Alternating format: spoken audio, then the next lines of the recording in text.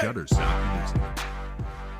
Good evening, ladies and gentlemen. Welcome to another episode of Black College Experience. I am one half of your Black College Experience team, Big D, out of the Valley. And we have on our way back to Atlanta after a fun and eventful homecoming weekend, the queen of Black College Experience, Diva Kells. How's you going? Woo, it's been a great weekend. My dad got the win.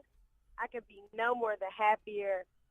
I believe the hurricane is either down the road or behind us, and it's about to be another week. So very excited about tonight's show. Yes, indeed. Awesome weekend for a lot of schools this weekend having homecoming. Including yours. Well, yours. Yeah. We got our first win. But it was just we had the State Fair Classic. You had Grambling playing this week. It was just an awesome weekend of HBCU football, volleyball, soccer, across the whole HBCU spectrum. Like you said, your homecoming was this week, but several other schools also had their homecoming this week, namely Central State, Edward Waters, Lane, North Carolina, A&T, which they call their homecoming the greatest homecoming on earth. Oh. I know you're gonna dispute that with you being a Southern Jaguar.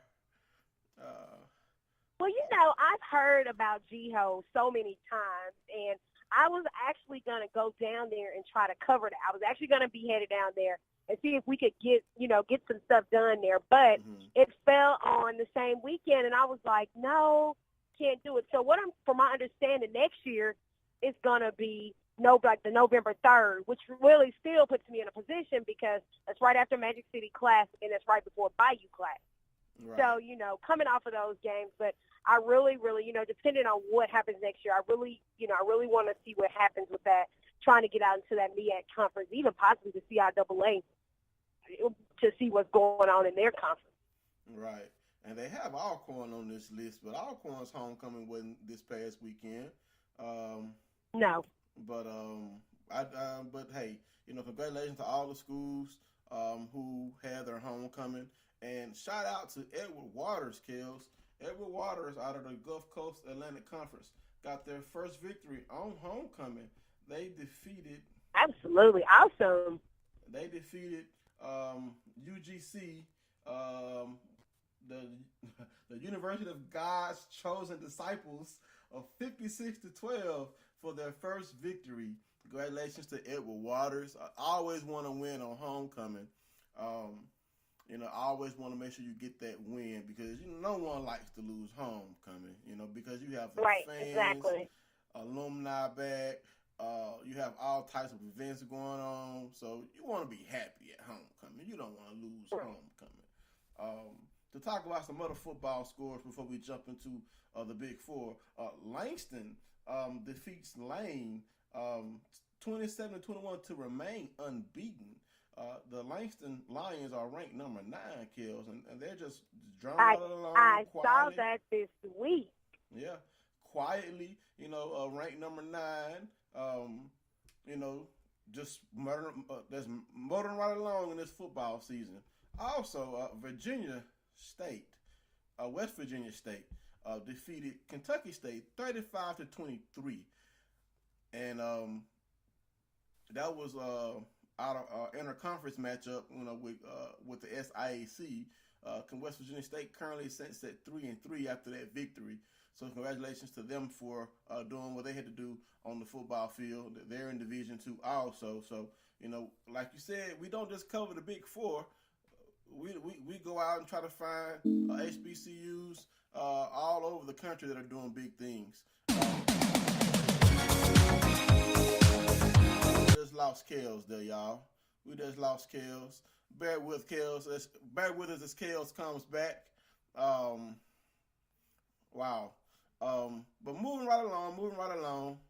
We're going to take a quick commercial break until Kells comes back. Give me just a second. I already knew that I was going to go to college, from a young age. I definitely want to major in political science. After that, I'm going to get my law degree. Then I'm going to come back to Detroit, boost the economy, become the mayor or something, try to make the situation better for other people. I feel like I owe it to the city. I'm determined. It's gonna happen. My name is Justin, and I am your dividend. All right, we're back with Black College Experience. Kels, you back with us? I'm going to be on, off, probably going down the road. It's just crazy. The trees and all of that good stuff, but I'm here. Yes, indeed. Well, we were just talking about West Virginia State's defeat of Kentucky State, and we're gonna go ahead and jump right back into the SWAC. And before we go any further, like you said, it's been some awesome victories this year. But I have to give kudos. We lost Kels again. Wow. Give me just a second, ladies and gentlemen. Are you interested in attending an historically black college or university? Hello, my name is Robert Mason. I'm president and founder of the Common Black College application. Our application allows you to apply to any number of 44 historically black colleges and universities at the same time for only $35. So visit our website at www.commonblackcollegeapp.com to apply now. Thank you, and get educated. I already knew that I was gonna go to college, from a young age. I definitely want to major in political science. After that, I'm gonna get my law degree. Then I'm gonna come back to Detroit, boost the economy, become the mayor or something, try to make the situation better for other people. I feel like I owe it to the city. I'm determined. It's gonna happen. My name is Justin, and I am your dividend. All right, ladies and gentlemen, we back with Black College Experience. Diva Kels is back with us. Wow. So, Kels, on your travels, how's the road there? Right now, it's the weather, because it's getting darker, so it's no rain, no nothing. So that's that was my main concern, was trying to make sure I got ahead of the weather, that I could at least, if it's raining or whatever, I could at least be in a state where if it's dark, I can drive in this dark and rain don't mix. So I want to at least get closer. But I say I'm a little old. I'm I'm about 2 hours or so out. So not too much. Yes, indeed. And we're going to jump into this SWAC action. My Delta Devils with a comeback victory over Arkansas Flying got our first win, 38-31 on the road. Congratulations to my Delta Devils. I also defeated your Southern Jaguars in South 7-0 this past weekend, Kel. So I gotta rub that in. I gotta rub that in your face a little bit, Them Delta Devils and Devil Well, what's so ironic? I met the coach, Coach Fundo. I met the coach, I guess the soccer coach, female soccer coach. I met him last night. It's just so ironic to actually finally meet these people after we interviewed them. But you go ahead and rub that in. Y'all won twice on one day. That's right. Kennesaw State defeated Texas Southern 48-3.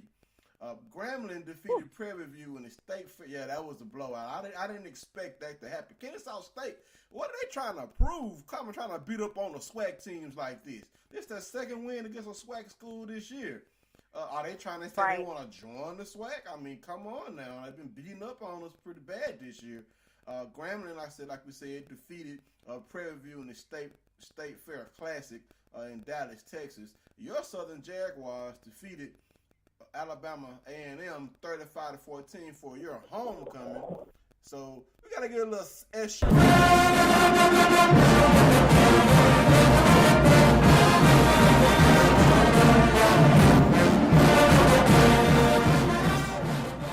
Homecoming victory for the Southern Jaguars. Austin Howard threw a deep touchdown pass to Danny Johnson. It was pretty. It was Danny's first offensive play in his career, and he caught a touchdown. And to end the game, he ended up getting an interception to seal the victory, returning it back for a touchdown. So Danny Johnson, defensive back, special teams player extraordinaire for the Southern Jaguars, was able to lead his team to a victory. Congratulations to Danny Johnson winning homecoming for his senior. Austin Howard also for his last homecoming in the Jaguar colors. Kels?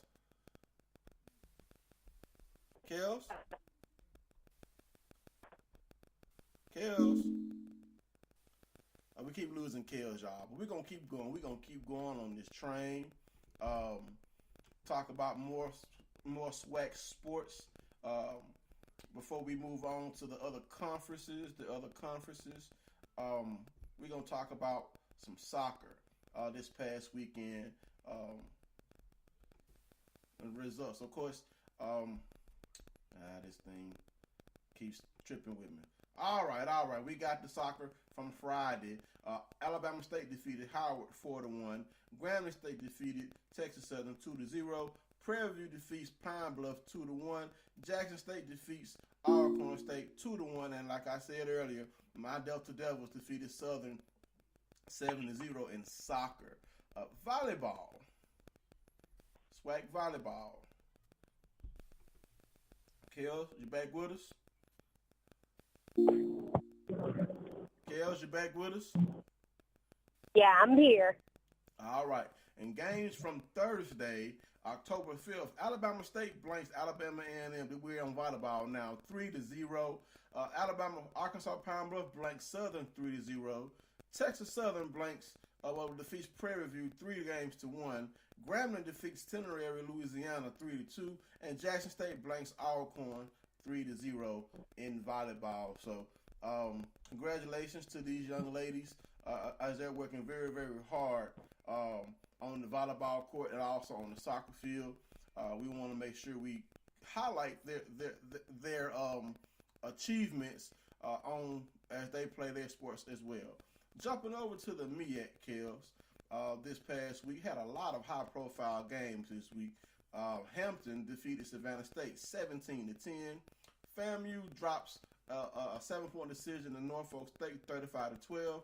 And in a big matchup of, I guess you could say, powers, North Carolina Central has been a perennial power in the MEAC, but Howard, behind Kaylin Newton, has seen a resurgence under Coach Mike London, defeated, UNLV this year, but they weren't able to defeat North Carolina Central. It was a close game, which Howard lost 13-7. And for homecoming, for North Carolina A&T, the greatest homecoming on earth, as they call it, defeated Delaware State 44-3. Also on Friday night, South Carolina State defeated Morgan State 35-14. And my good friend Elijah Staley is struggling to adjust the quarterback at Morgan State. He transferred from Mississippi State. I hoped he would have had a more successful transition, but it's not working out so well for Elijah Staley in the MEAC. Let me jump back over to this. I forgot to talk about Alcorn right quick. Got to talk about this situation because this loss that Alcorn put on Alabama State has some repercussions behind it. Kels, you back with us? I'm here. All right. Alcorn played Alabama State on ESPN3 on Friday night. It was on Thursday night, I'm sorry. They defeated Alabama State 24-10. They jumped out to a 21-0 lead, Kels. And you can see the frustration on Coach Brian Jenkins' face as Alcorn was just drugging the Hornets on their home field. There's already been an athletic director change, but now Coach Brian Jenkins has been relieved of his duties as President Quentin Ross looks to make over the athletic department. The new interim athletic director is Jennifer Lynn Williams. We're going to have to get her on the show one day. But the new football coach, let's see here, is Coach Hill Ely.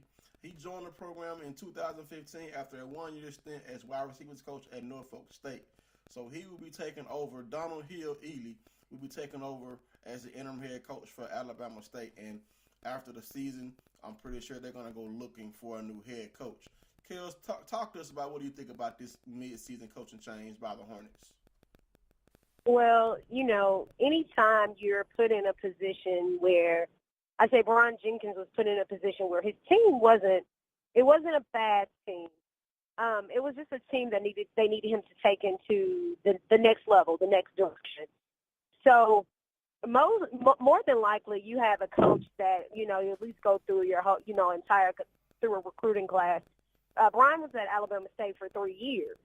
So if you look at what they're paying, look at, a new stadium, you just look at several factors, and then you go in and you're at a 0-5, 0 whatever it is, and then you just look at the lackluster play. You look at the things that happened on Thursday. It was like no motivation. Even when he tried to motivate, it was just like, no winning. And I think we all saw this coming, even right.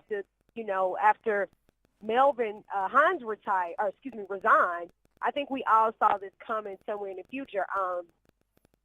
As far as the next move, I think that Brian's probably relieved in this situation. Now he can rest and relax until the next thing comes on. Of course, we know somebody will, he will get another job. Honestly, I think he'll make up as an assistant somewhere, but it just all depends. We see these type of things all the time in the SWAC, in HBCU conferences. So it's just kind of, to see that kind of thing. A lot of people thought maybe, a lot of alums from Alabama State really thought that it would be to the end of the season.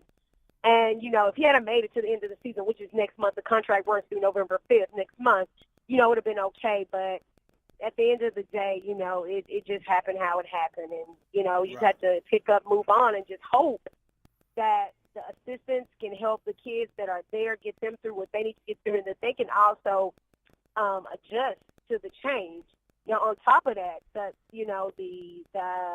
AD that came in, Jen, I've heard nothing but rave reviews about her. I heard nothing but great things about her yesterday, and that's coming from a Jag. Just saying how really qualified she is, probably one of the most qualified, and, it's just one of those things. First and foremost, it's good to see an African-American woman that can do that.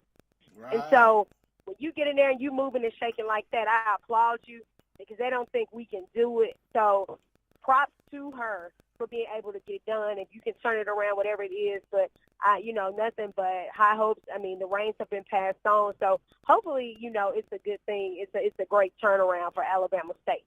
Right, because they had success on as a total athletic department, winning awards, but there was some things they wanted to improve upon. And I'm guessing when a new president comes in, he wants to bring in his own people. So I guess we'll see going forward how Alabama State rebounds with the athletic administration and who they hire as their permanent football coach at the end of the season. I'm curious to see because in FBS they have that coaching musical chairs. We don't really get a lot of exposure when our coaches have this type of event happen, getting fired in the middle of the season. But hey, we're excited about it. We're excited about the musical chairs of head coaching in the HBCU ranks. So I'm curious to see who's going to get that job. Because there's a lot of deserving coaches, head coaches that haven't been working, a lot of deserving assistant coaches who are just chomping at the bit to prove themselves. So Alabama State's job is available. So I'm pretty sure they're going to start looking for potential candidates during the year.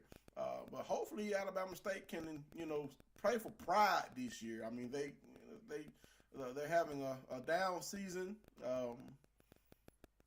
I wasn't expecting this. This was a team that a couple of years ago, people thought were on the cusp of competing for a SWAC championship.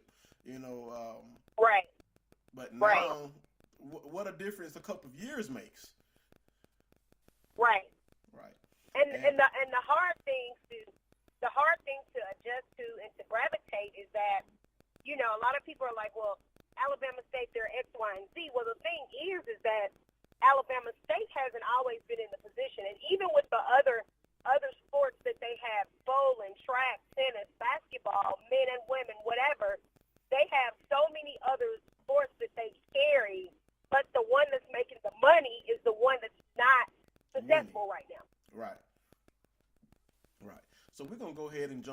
and finish the MEAC sports, and then we're going to take a quick commercial break. I have some stories I want to talk about, and then we're going to jump into the SIAC and the CIAA football results, and that should take us to the end of the show. Kale's on the road. Y'all bear with us as she travels back home. I know she's tired, but I know she's had a fun weekend. So, for volleyball in the MEAC this weekend, Howard defeats Coppin State 3-0. Lafayette defeats Coppin State. Delaware State defeats Norfolk State 3-2. South Carolina State drops all three games to North Carolina A&T, and North Carolina Central defeats Savannah State. Now in soccer, MEAC soccer. I don't see MEAC soccer. Going right along. We're gonna take a quick commercial break, and we're gonna talk about. We have some Hall of Fame news. Some Hall of Fame news to talk about this year, as far as the Black College Hall of Fame. Exciting news. Who from your school is going to make it? Who from your school is a finalist? We're going to talk about that when we come back on the Black College Experience. I already knew that I was going to go to college, from a young age. I definitely want to major in political science. After that, I'm going to get my law degree. Then I'm going to come back to Detroit, boost the economy, become the mayor or something, try to make the situation better for other people. I feel like I owe it to the city.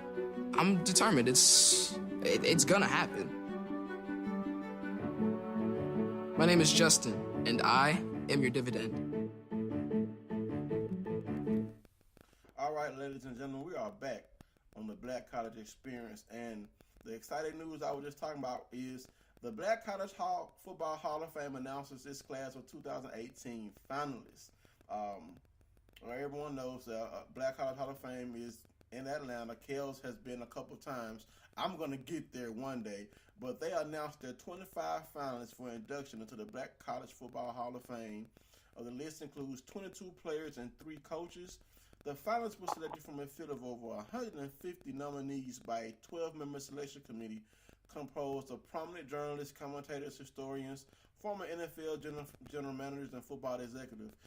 Don't fret, ladies and gentlemen, as we continue to grow, hopefully one day we will be a part of this selection committee for the Black College Hall of Fame. What you think about that, Kels? I mean,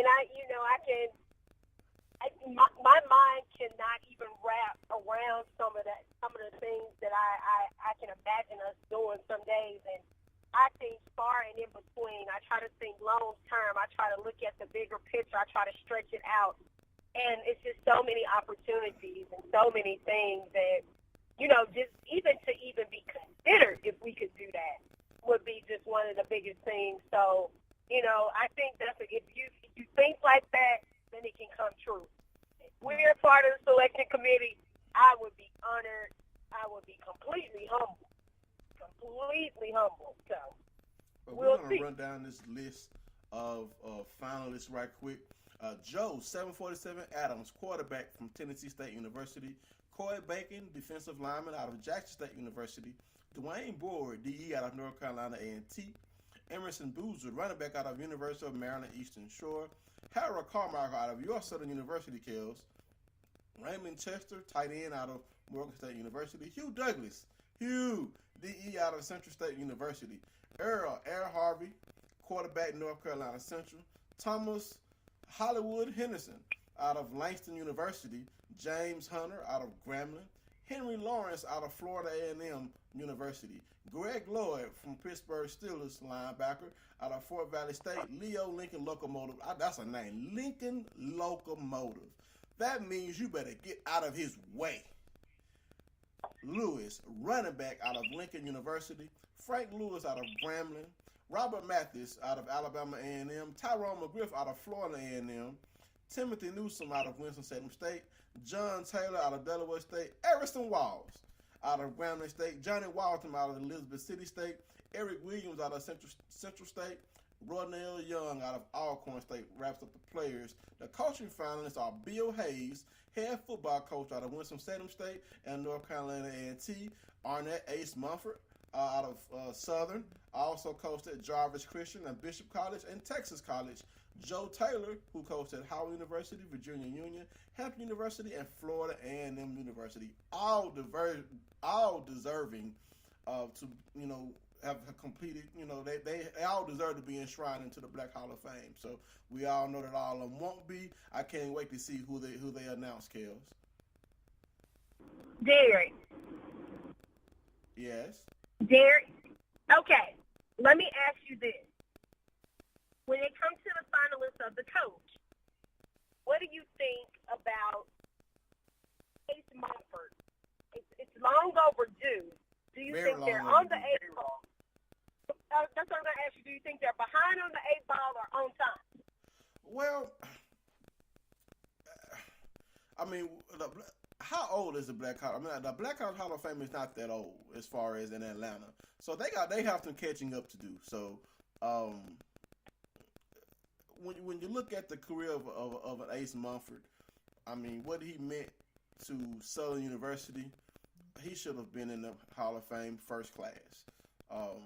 But of course, sometimes the people who deserve to get in don't necessarily get in when they're supposed to get in. But right. They're righting this wrong to go ahead and enshrine him where he belongs into the Black College Hall of Fame. That's where he belongs. He is a Hall of Fame coach. Correct. So congratulations to the 25 finalists. Also, I want to congratulate, again, my alma mater. We won another award. That's 3 wins this weekend. We earned the award for the highest male athlete graduation rate in the state of Mississippi. We didn't just outpoint Jackson State and Alcorn, but we outpointed the FBS schools in my home state also. So congratulations to my Delta Devils for earning this award. That just shows you that, these young men are working hard in the classroom to make sure that they can graduate and become productive citizens once their playing days are over. So what do you think about that, Kills? We all know athletes, have a desire to play pro ball, but everyone can't play pro ball. Talk to us about your opinion on these athletes graduating and finishing degrees and becoming productive members of the workforce. Well, I always think that it's always most important to have a career plan first, and football, basketball, whatever sports is second. Even if that's what you're at school for, you could be there on an athletic scholarship. But I still think that it's very important to maintain academics first. And we all know if you don't have academics, you can't play anyway. Right. So I think it's very important because after those playing days, what do you do when you can no longer, you're no longer eligible to play, or when you're not playing anymore? It's time to, get to what you're trying to get to. So I really believe that it's very important for them to maintain the academic side. Very important. Very important. And it's good to see the students at Mississippi Valley doing just that, doing what they need to do and getting it done. At the end of the day, they're still eligible. They're still doing what they need to do as students. And, it's like, okay, well, I know academics is important, so we're going to get our academics first. And I think that's a really great thing if they're actually doing what they need to do in the classroom first and then looking at sports second. Right. So congratulations to the male athletes at my alma mater, Mississippi Valley State University, for doing what they have to do in the classroom. Up next, of course, we know we had the state fair. This happened last week in Chicago, and I saw this article, and I just felt we needed to talk about it. Not only, we all know what homecoming means for HBCUs, but when you have a classic, there is a different type of reunion that happened at the Chicago football classic between Grambling and Clark. There was a reunion of former Miss Gramblings. They get together and they have a scholarship banquet, and they just talk about what they're doing within their lives. I think that this is awesome. We're gonna read through the list here. Alicia Reese is a state representative from the 33rd District in Ohio. She came to Chicago from Cincinnati. She was Miss Grambling in 1992. Jametra Robinson, who is serving as a 64th Miss Grambling, helped represent the university positively with grace. Leslie Randall served as Miss Grambling from 2004-2005. She was also Miss Sophomore. Genia Smith was the youngest Miss Grambling alum attending the Chicago event. Marva Nichols Griffin, Miss Grambling from 1991-92. And LaPrita Andrews Young, Miss Grambling from 1994-95. So we want to congratulate those women. They get together and they come together as former Miss Gramblings to keep their legacy going. I think that's awesome that you have all those African American women who earned the title or won the title of Miss Grambling, keeping in touch to keep their legacy going. That could turn into, not necessarily, it's not I guess like a sorority sisterhood between these women, right? Earning that title of Miss Grambling, because there's only one Miss Grambling every year. You earn that title, and then it gets passed on. And in some cases, the previous Miss Grambling may come back and crown the new Miss Grambling. So it creates a sisterhood, and it's good to see that they all come back for this reunion. Charisma Sweat Green with Miss Grambling from 2006-2007. A lot of them were from Chicago, so it was a short trip for them. But I just wanted to highlight that all these African American women who have earned the title of Miss Grambling meeting back up to give something back. And while we're on that, it is. You're saying you're doing the scholarship thing. I think that's a really great thing because you're actually putting something else into it. You're putting another component into it. Like you're saying, okay, we're past Miss Grambling, but we're going to do other things. We're going to meet. Southern University does the same thing. As far as the component of like the scholarship thing, I think Grambling is a foot ahead. I think that's a really awesome idea. But I do know that Southern does the same thing. Because I was actually with a couple of them this weekend. The past and the Southern. They're meeting up. And I think what's happening with these queens from the past, Grambling, whatever schools, I think they're also going, it's kind of like a mentoring thing. I think it's also like you said, like a sorority type thing. Because that's going in. And you can talk about what I did in 99 versus what you're doing in 2017. Right. So, it is. And it's a lot to carry. It's a lot of stuff to it. But, I think that's very awesome that they meet up and they do that for her. But, again, like I said, the scholarship side, I think that's an awesome idea. Awesome. Right. And, Kels, we have a caller, and I think I know who that is. Caller, number 662, last 47477. You're on with the Black College Experience. Hello, can you hear me? What's going on, Pat? No. Well, that's my line, brother. I know you're calling in to talk about our first victory, huh, Pat? Yeah, what is it? I end up decided at the last minute to just shoot over to Pine Bluff, so I got to see it firsthand. Okay, well, talk about the atmosphere of the game. I saw you post pictures of the game. Talk to us about how the Delta Devils came back and defeated Pine Bluff on their home field. Yeah, we got down quick, like 14-0. Then Comedy made the switch to Bet. Okay. And true freshman quarterback from Memphis. Yeah. And when we scored that first touchdown, you can just feel like, wow.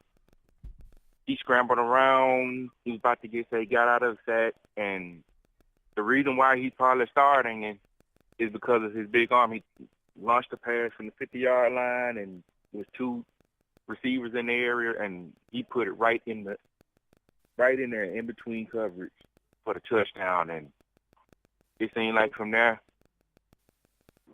from his scrambling ability, it just seemed like it kind of wore PB's defense down. They just didn't know what to do. And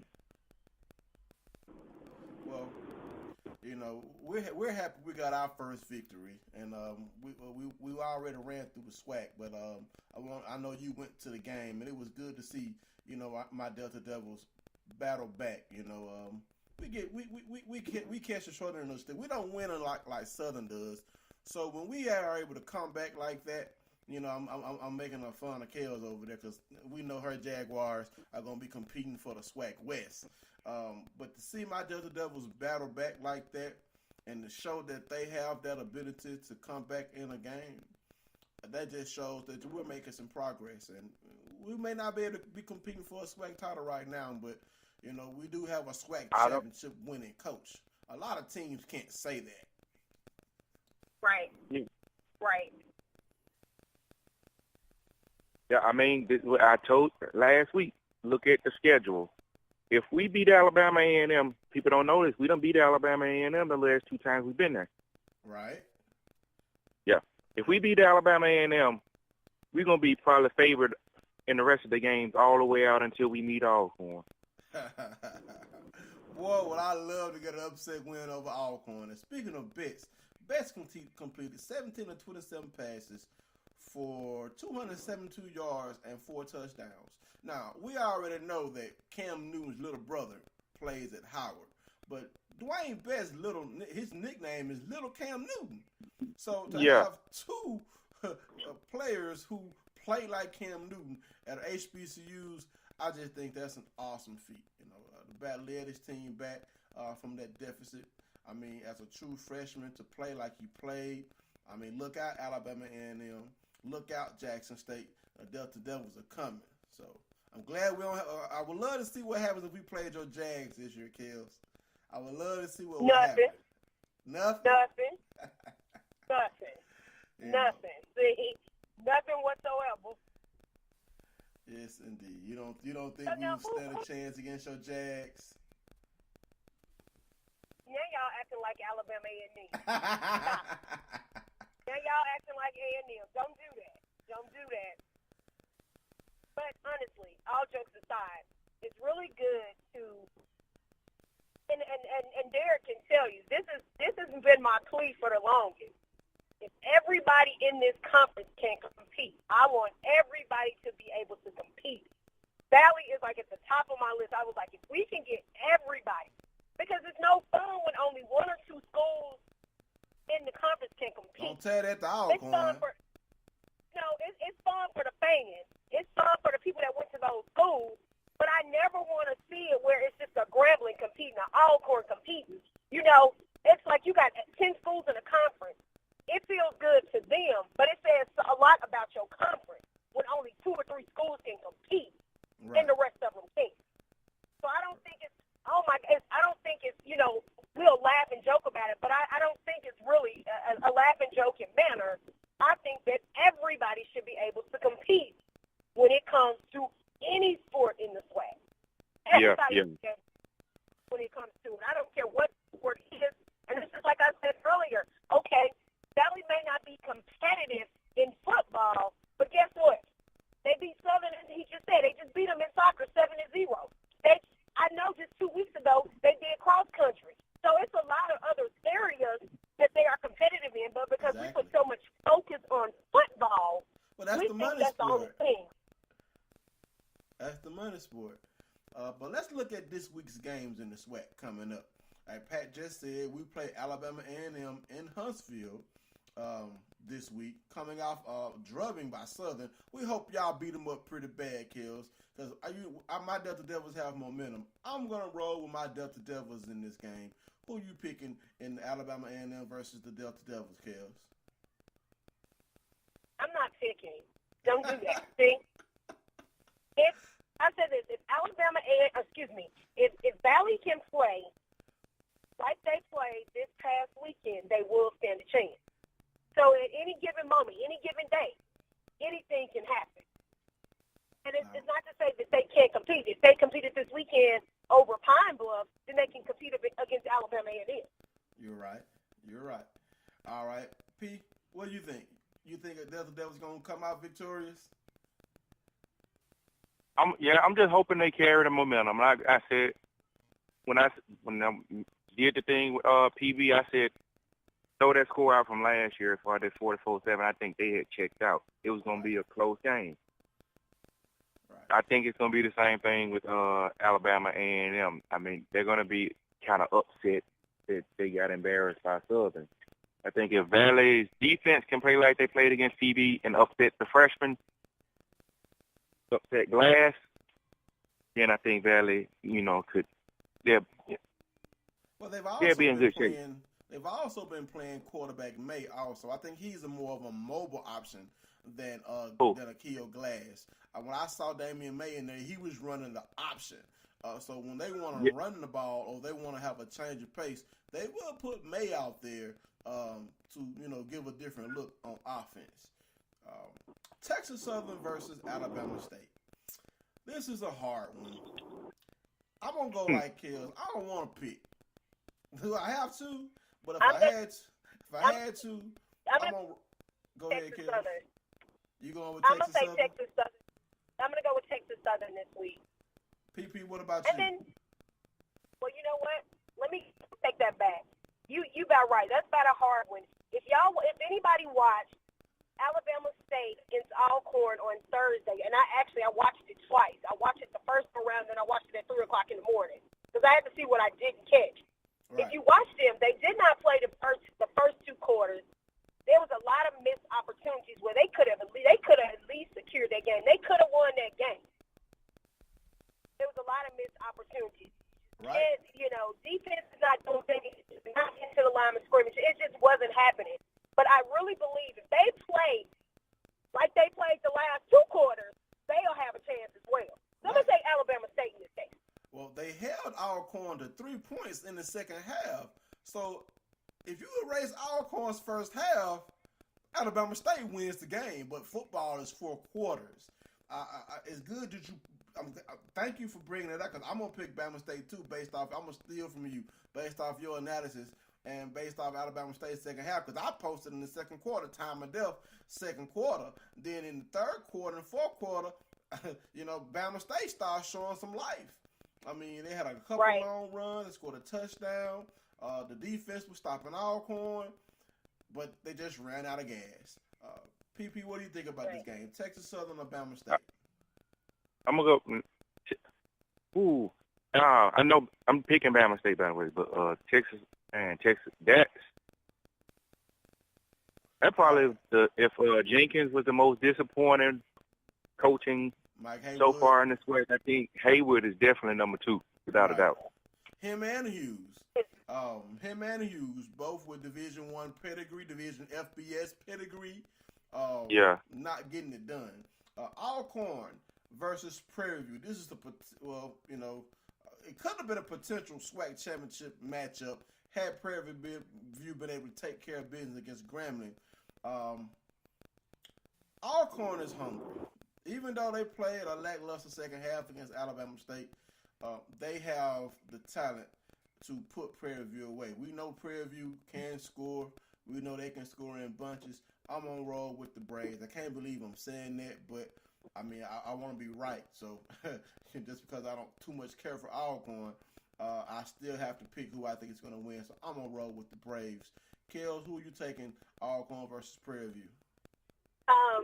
Anytime you get the kid Turner doing what he does, it's almost indefinite to go against Alcorn. So I'm going to take the Braves this week. PP, who you got? Until they prove me otherwise, I'm going with Alcorn. Prairie View they haven't showed up in 2 games this year. They didn't show up against, I think, was it Nickel State? They didn't show up against them, and they didn't show up against Grambling in the first half, at least. They didn't show up at all. So the next 2 games are SWAC versus the SIAC. First up, we got Arkansas Pine Bluff, who just lost to my Delta Devils versus Central State University. Central State University is not a strong SIAC squad. I'm going to roll with the home conference, Pine Bluff, to defeat Central State. Kels, who you got? I'm gonna take Pine Bluff as well. The Martyrs they are 0-6 right now, so I don't see too much turnaround right now. Like you said, they're one of the least strongest in the SIAC. And then I have to look at where they said they were going to actually be ranked. So yeah, I'm gonna go ahead as well and take Pine Bluff. All right, PP, who you got? Pine Bluff. If they do what they did, as far as if they keep the quarterback that came in to relieve the starter, if they run that spread option, they have a number 21 and running back. He can ball. So I think as long as they keep that combination in there, they have no problem with Central State. All right. The 0-5 Jackson State University Tigers versus Tuskegee. I'm going to be simple and quick here. I'm going to roll with the ski. I just don't think Coach Hughes is going to be able to get Jackson State over the hump in this game. Tuskegee has a winning pedigree, even though they're Division II. They feel like they can compete with Jackson State. And I feel like Jackson State will be 0-6 heading into the Jukebox Classic. Kels, what's your prediction? Once again, I mean, you look at somebody like Willie Slater, like you said, Willie Slater, over 25 years of college coaching experience. You look at where he has, 2-3 times in the top polls. Granted, they dropped some close games, or I think the last 1 or 2 games. But I think this week they will coming out to bye. It's going to be hard for Jackson State to even compete. So I'm going to take Tuskegee this week as well. All right, PP, who you got? Tuskegee. I mean, because as long as Jackson State has Lyles at quarterback, that's their ceiling. They don't. I mean, you know they're not going to score no more than 14, 21 points. So, and that would mean Jackson State would be 0-6 heading into the Jukebox Classic. They're not going to beat Southern.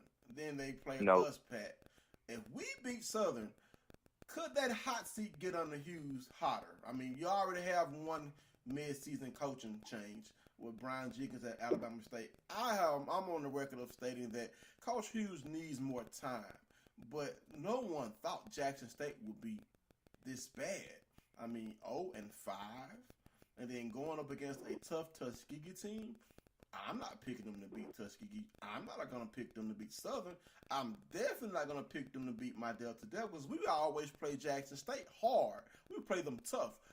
We could win one game. If we beat Jackson State, they're going to get our best game that year. So with us having momentum, if we can beat Alabama A&M, I think we'll beat Jackson State when we play them. But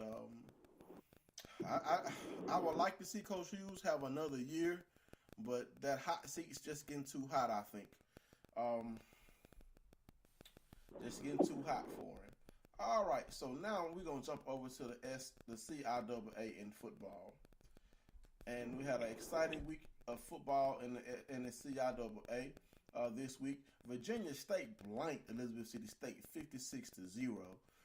Shaw lost to Fayetteville State 24-21. St. Augustine's lost 30-29. Defeated Livingstone 30-29. And Bowie State behind Amir Hall defeated Cowan 41-10. Winston-Salem State defeats Justin C. Smith 27-22. Virginia Union defeats Lincoln, Pennsylvania 45-23. Those are all the football scores we have in the CIAA. The team to beat in the CIAA looks to be Bowie State. They sit 6-0, 3-0 overall in the conference. The Virginians are hotly behind them, both at 3-0 in the conference. So when those three teams play, that's going to decide who's probably going to come out of the Northern Division. Chowan and Elizabeth City State and Lincoln, Pennsylvania bring up the rear. In the Southern Division, Winston-Salem State sits at 2-1. St. Augustine is at 2-1. Fayetteville State and Shaw are at 1-2, and Johnson C. Smith and Livingstone is at 0-3. So that's our update for the CIAA in football. Amir Hall's been making a lot of noise. He has just been killing it. And I looked at him. He's about 6'4", about 180 pounds.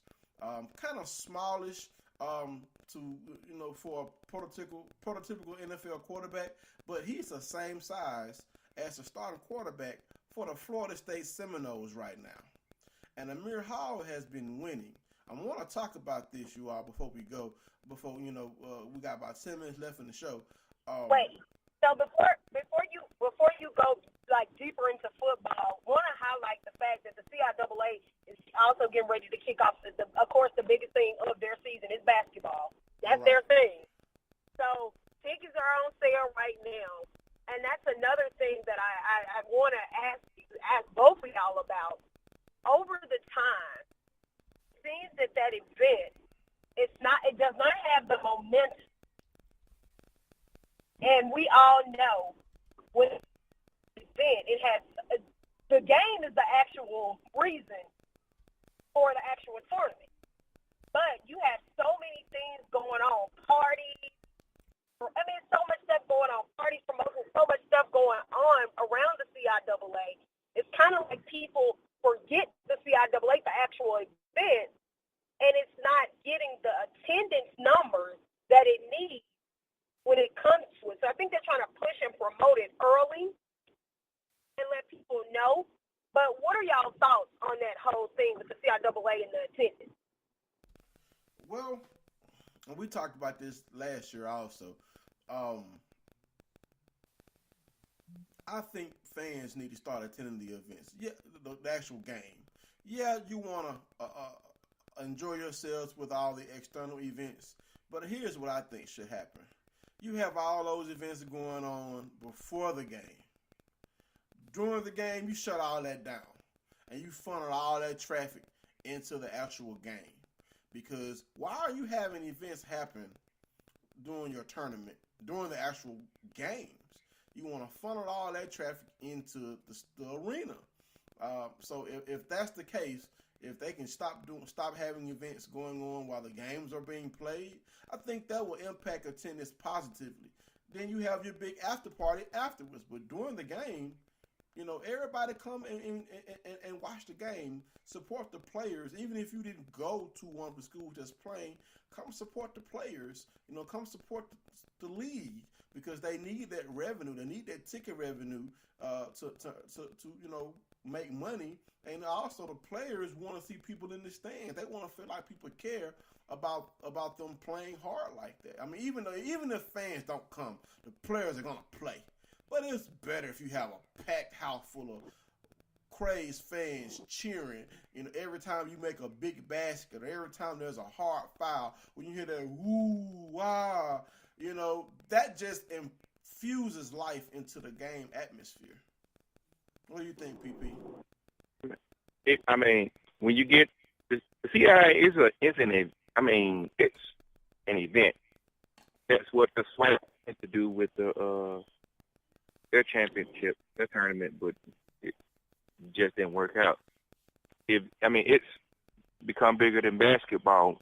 When you got people that are coming there strictly for the event, man, they don't care about nothing about the reason for the event, which is basketball. So when you talking about promoters and artists coming down there for the crowd, and then it was had to start with the actual fans of the school. They have to actually care about coming to the games. That's on. Is it 14 schools in the conference? 12 schools in the conference. 12 schools. 12. Yeah, 12 schools in the conference. You're not telling me that 12 schools can't fill up an arena? Especially talking about at least on the championship day. That's on. It's part on the promoters, and I think part of it has to come with the school. And then, of course, don't start me on their commissioner and that deal that they end up agreeing with as far as $1.4 million or something like that. It's $1.4 million to be divided among 12 schools. But the tournament is having a $50 million impact on Charlotte. Right. And I think you make a perfect point. It starts with the school. We have to have pride in the school first. Like, we have to do it. And I think over the course of time, it's like we have to get back to giving back, going to, like I said, we look at it as, okay, it's not football. And Derek says, okay, that's the money sport. I look at it as that's not the point, though. I don't care if it's the money sport or not. Basketball is just as important to somebody as football is. Just because everybody ain't showing up to it, you really can't expect to garner traffic if you don't have your own alums in there supporting. And then, like I said, they've created so much attention around it. They don't even promote the game.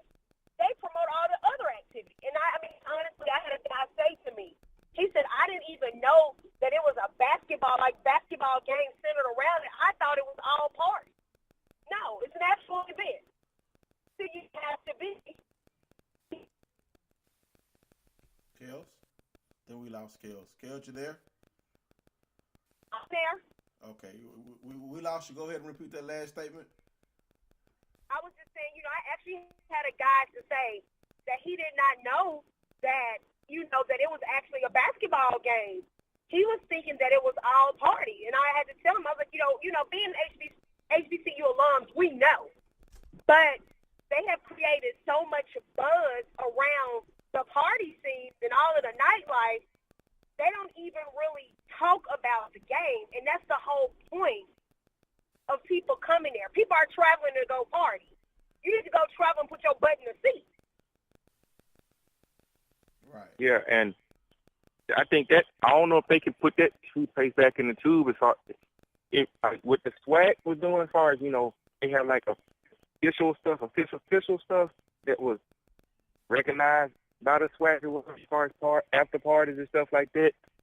That's what the CIA needs to do as far as officially branding these things, so let it know that money from these events or whatever would go back to toward the school. CIA and the schools, and not just artists and everybody else coming in for a money grab and not giving anything back to the school. Right. Well, being that Kels brought up basketball, they did release the predicted order of finish for the basketball teams for men and women. Virginia State was predicted to win the CIAA with Bowie State, Virginia Union, Winston-Salem State, Shaw University, Fayetteville State, Johnson C. Smith, Livingstone, St. Aug's, Cowan, Lincoln, Pennsylvania, and Elizabeth City State ranked at number 12.